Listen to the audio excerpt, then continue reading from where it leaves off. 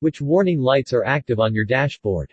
The following guide will help you understand which car warning light symbols and indicators can be found on your dashboard for most makes and models of cars, trucks, buses and motorbikes.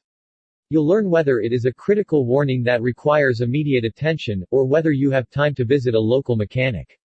Warning symbols. Check your car's dashboard lighting as it is essential to identify your car's potential problem, safety issues or immediate failure points.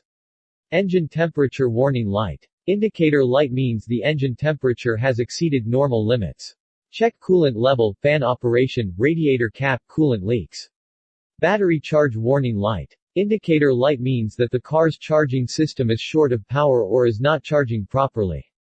It normally indicates a problem with the battery itself or the alternator. Oil pressure warning light. Indicator light means loss of oil pressure, meaning lubrication is low or lost completely. Immediately check the oil level and pressure.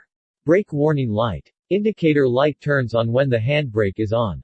If it lit continuously, it means that hydraulic pressure has been lost in one side of the brake system or that the fluid level in the master cylinder is dangerously low, due to a leak somewhere in the brake system.